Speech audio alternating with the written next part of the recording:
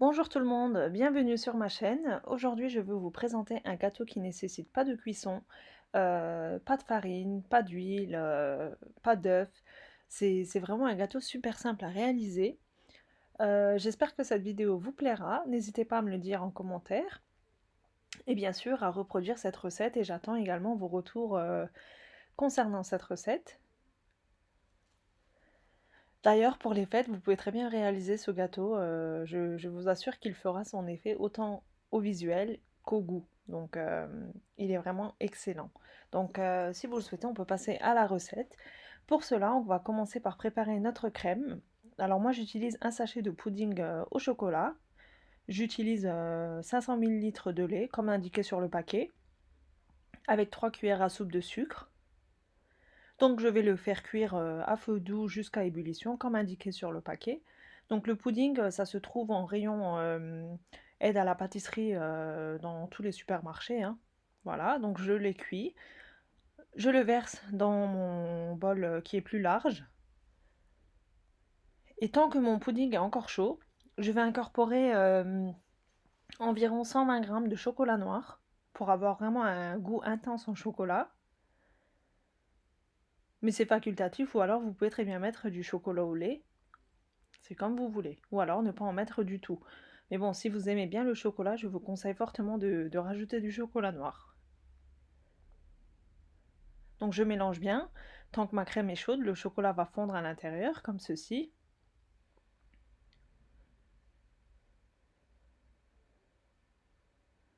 Donc au départ, vous allez avoir une crème qui est assez onctueuse, presque liquide. Mais ne vous inquiétez pas, on va faire une petite manipulation juste après, une fois qu'elle est refroidie. Donc là, avec le chocolat fondu, vous voyez, elle a déjà légèrement épaissi. Le chocolat noir lui a apporté une consistance un petit peu plus épaisse. Donc là, ma crème, elle a refroidi. En tout cas, elle est assez tiède, donc presque froide. Là, et entre-temps, je l'ai remuée avec le fouet hein, pour éviter qu'il y ait une pellicule sèche sur le dessus. Donc là, je vais rajouter un sachet de crème chantilly. Ça se trouve dans les épiceries turques. Mais si vous n'avez pas ce genre de produit, vous pouvez très bien rajouter une brique de crème liquide entière froide. Donc ça, j'insiste sur ça. Vous pouvez remplacer cette poudre par une brique de crème entière froide. Donc vous la rajoutez et vous mixez bien avec le mixeur, le batteur à main du moins, voilà, jusqu'à ce qu'on obtienne une crème bien ferme. Donc là vous allez voir la consistance que ça a.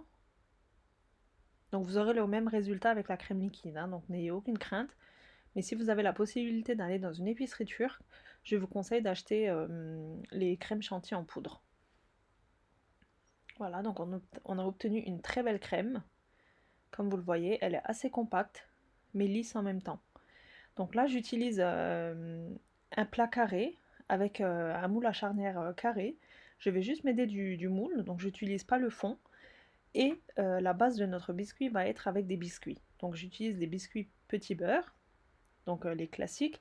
Et pareil, dans les épiceries turques, j'ai acheté un paquet de petits beurre au cacao pour avoir le visuel avec les deux couleurs. Mais vous pouvez très bien le faire seulement avec les petits beurres classiques. Si vous n'avez pas la possibilité de trouver les biscuits au cacao, c'est pas un souci, vous pouvez très bien le faire avec les petits beurres normaux. Donc là, j'ai préparé tous mes ingrédients. Je vais mettre une petite couche de crème sur mon petit beurre blanc. Voilà. Et je vais le refermer avec le biscuit au cacao pour avoir les deux couleurs. Jusque là, je pense que tout est clair. Comme vous le voyez, c'est un gâteau très simple qui demande vraiment pas beaucoup de temps. Et là, je vais les disposer l'un à côté de l'autre. Bon, les premiers risquent de tomber, c'est juste le temps d'en préparer quelques-uns. Donc je prépare mon deuxième. Pareil, un petit peu de crème et je referme avec l'autre couleur. Donc au final, on obtient deux couleurs. Et la disposition, là je vais vous montrer de plus près. Il faut qu'on a à chaque fois une couleur différente. Donc jamais superposer les deux mêmes couleurs entre elles. Donc un chocolat, un petit beurre normal, un petit beurre cacao, un petit beurre normal. Voilà, donc on va les disposer de cette façon. C'est grâce à cette technique qu'à la découpe, vous allez obtenir le joli visuel avec les rayures. Voilà, donc je les dispose de cette façon. Et comme vous le voyez, à partir de 3-4 biscuits, ben, ils ne retombent plus et ils vont garder cette forme. Et les biscuits, ils ne restent pas durs, donc avec l'humidité de la crème, ils vont ramollir, car on va laisser reposer ce gâteau un petit peu au frigo. Donc n'ayez aucune crainte, les biscuits ne vont pas rester croustillants. Ils vont ramollir avec l'humidité de la crème. Donc il me restait un petit peu de crème en plus, donc je ne la gaspille pas. Je vais recouvrir mon gâteau juste le dessus en fait. Ne pas enlever la charnière jusqu'à ce que le gâteau ait bien refroidi au frigo. Donc c'est grâce à la charnière qu'il va avoir sa forme finale. Car en refroidissant, ben, la crème elle va être plus compacte. Donc ça va aider les biscuits à tenir entre eux. Voilà, donc je recouvre le dessus avec le restant de ma crème.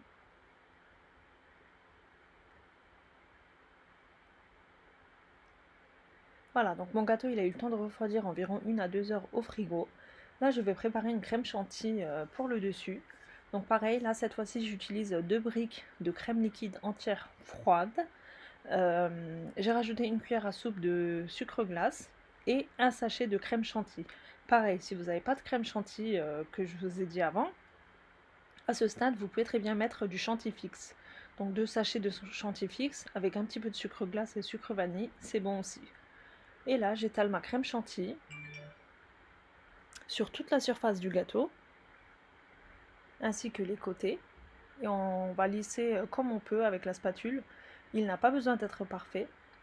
Déjà, rien qu'en n'étant pas parfait, je trouve qu'il fait son effet. Il est vraiment très joli. Et vous pouvez très bien le décorer selon vos goûts, selon ce que vous avez sous la main. Voilà. Le fait de le recouvrir de crème chantilly, ça fait l'effet surprise en fait, parce que au premier abord, quand on voit le gâteau, on croirait vraiment que c'est un gâteau avec de la génoise et tout ça, mais au final non. Voilà, donc moi pour la déco j'ai préféré utiliser des fruits, mais c'est comme vous le souhaitez, hein. Vous pouvez très bien mettre une sauce au chocolat, comme vous voulez, des copeaux de chocolat. Moi j'ai utilisé des fruits pour avoir un petit peu de couleur, donc j'ai mis quelques tranches de kiwi. Ensuite j'ai rajouté des framboises, etc. Ce que vous avez sous la main quoi, hein.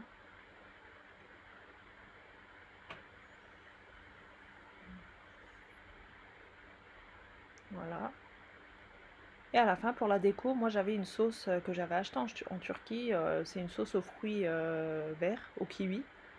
Donc c'est une sorte de gelée au kiwi. Bon, c'est facultatif, mais si vous optez, si vous arrivez à trouver une sauce colorée, ben voilà, vous pouvez finaliser le décor. Ou bien s'il vous reste un petit peu de crème chantilly, vous pouvez la colorer en vert ou alors la couleur de votre choix et faire des petites décos comme de ce genre.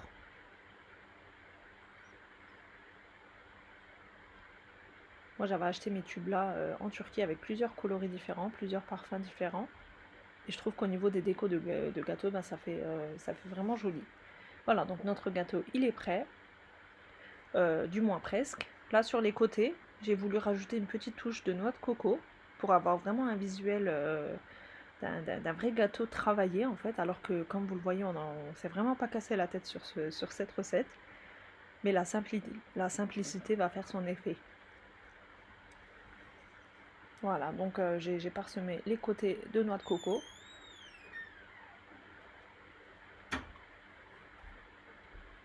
Voilà, à la découpe, vous obtenez ceci. C'est vraiment magnifique.